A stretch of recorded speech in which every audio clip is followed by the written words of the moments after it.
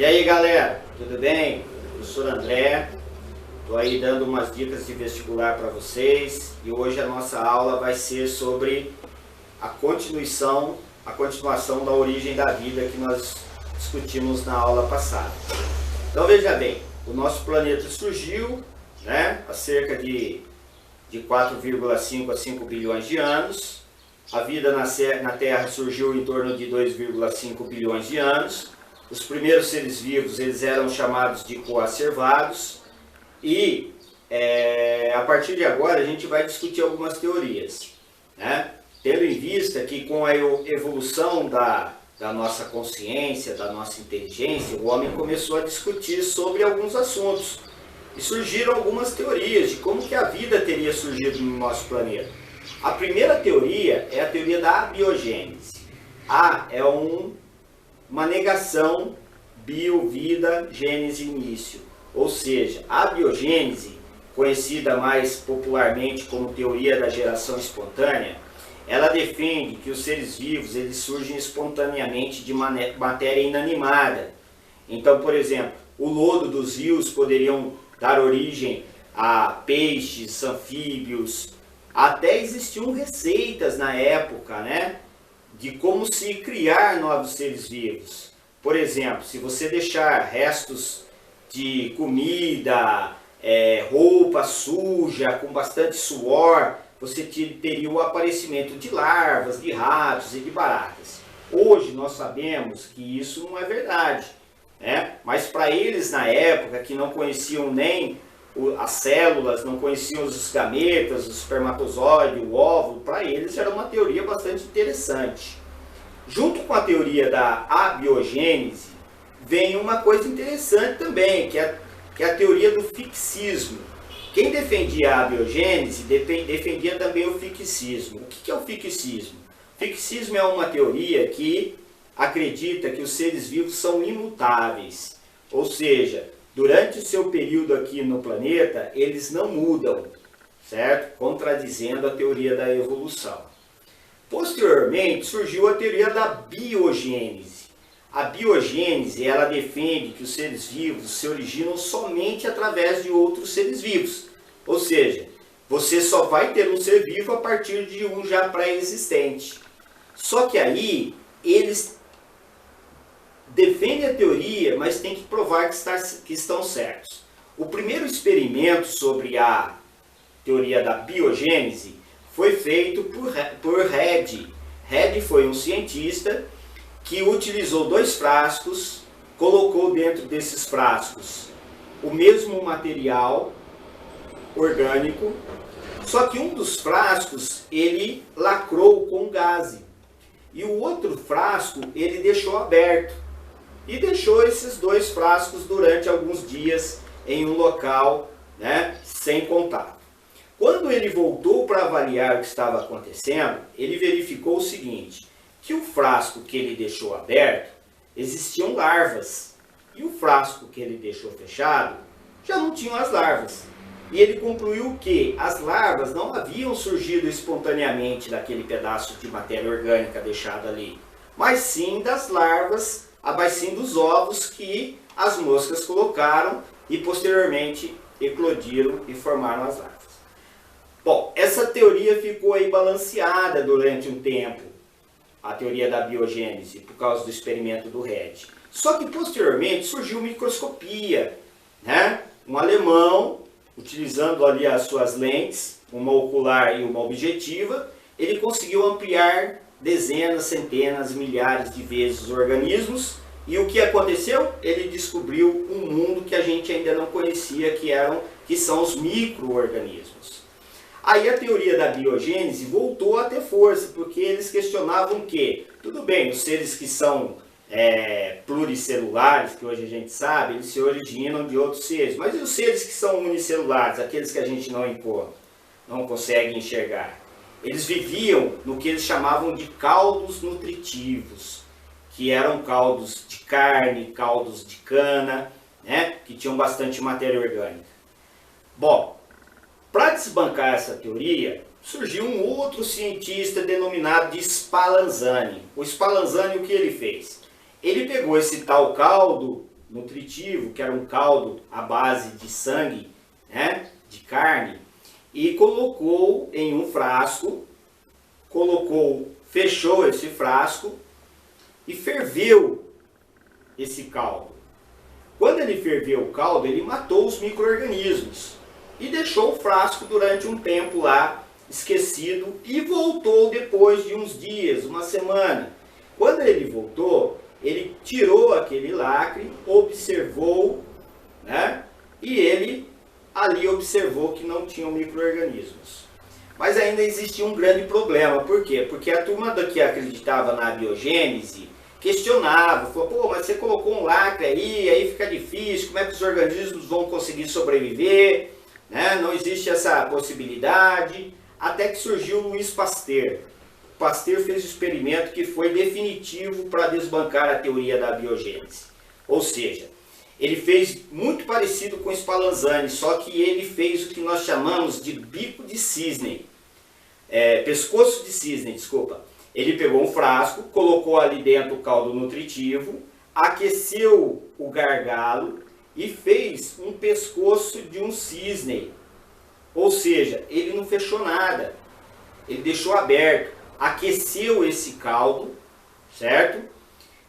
Deixou esse recipiente em um determinado ambiente durante um tempo e quando ele voltou, ele quebrou o gargalo, observou que lá dentro não existiam micro-organismos. Qual a vantagem do Pasteur para o Spallanzani? O Spallanzani fechou, lacrou. O Pasteur não, mas o Pasteur criou uma barreira natural. Qual foi a barreira natural? Quando ele fez o pescoço de cisne, aquela região mais baixa do gargalo condensou água e os micro-organismos presentes no ar não passavam por essa barreira natural, consequentemente não contaminaram o caldo.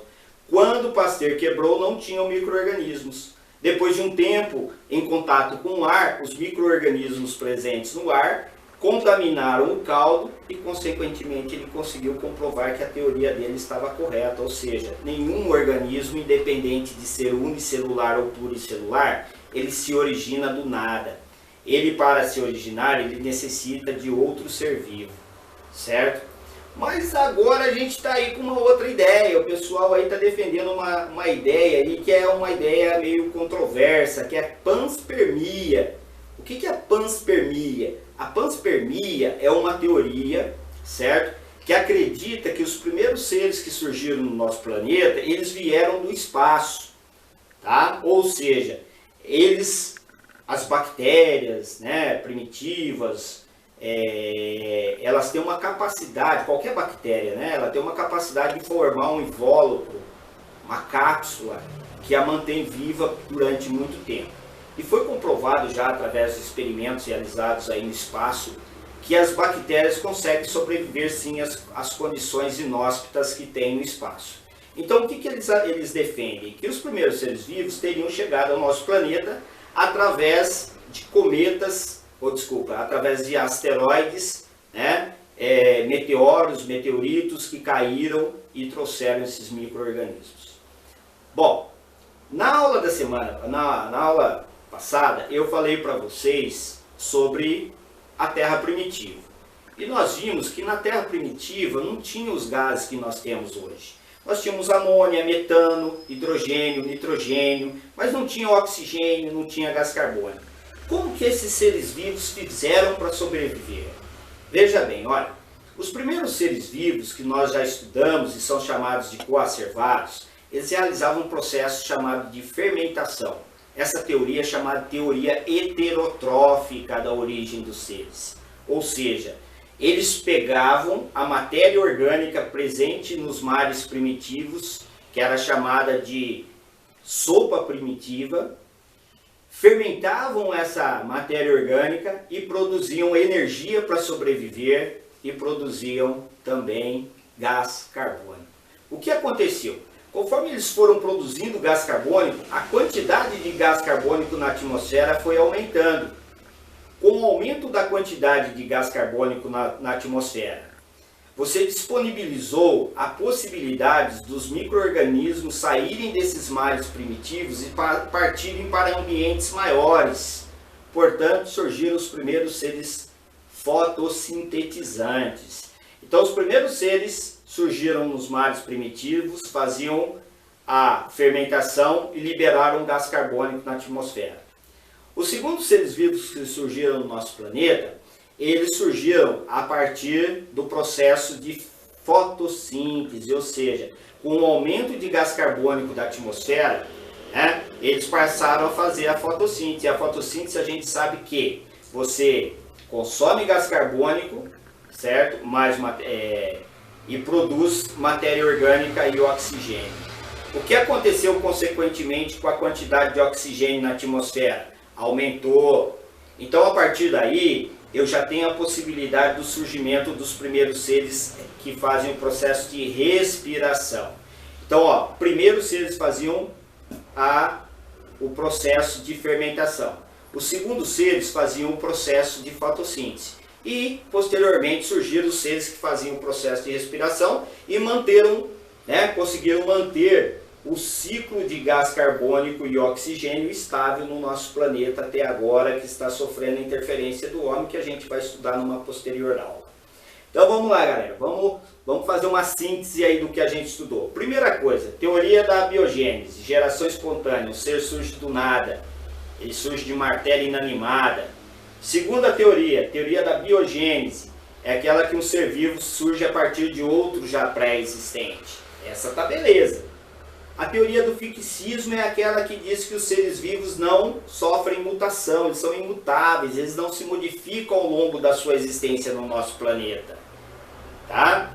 E a teoria da panspermia, ou seja, os meteoros, meteoritos que caíram no nosso planeta trouxeram, formas de vidas primitivas que evoluíram surgindo o que nós temos hoje. A teoria heterotrófica é a teoria de que os primeiros seres vivos que surgiram no nosso planeta, chamados de coacervados, que a gente já viu na aula passada, eles eram fermentadores, ou seja, eles consumiam matéria orgânica e liberavam energia. E liberavam também um gás chamado de gás carbônico que não existia naquela época. Então a quantidade de gás carbônico aumentou, esse aumento do gás carbônico promoveu o surgimento dos primeiros seres fotossintetizantes. Durante a fotossíntese, a gente sabe que ocorre a liberação do oxigênio. Conforme a quantidade de oxigênio foi aumentando na atmosfera, você promoveu o surgimento dos seres que fazem respiração. E esse é o ciclo que completa a origem dos seres vivos, certo? Importante, a gente vai ver posteriormente, é que o homem interfere nesse ciclo hoje, principalmente no ciclo do gás carbônico. A gente vai estudar numa aula mais complexa, falando sobre as alterações no ciclo do gás carbônico pelo qual o homem passa e que a gente está passando aí por um processo chamado de aquecimento global. Então, ó, vou pedir para você agora, se você gostou dessa videoaula, deixe o seu joinha aí no meu canal, dê um like, se inscreva, passe para os seus amigos. Esse é um canal que busca levar conhecimento para vocês e que vocês consigam, nesse ano de 2020, agregar em conteúdos para que vocês consigam, no final do ano, atingirem seus objetivos, que é uma boa universidade. Deixa seu like aí, certo? Inscreva-se no canal, ajude a divulgar com seus colegas. Muito obrigado, um abraço, deixa seu like aí. Beleza.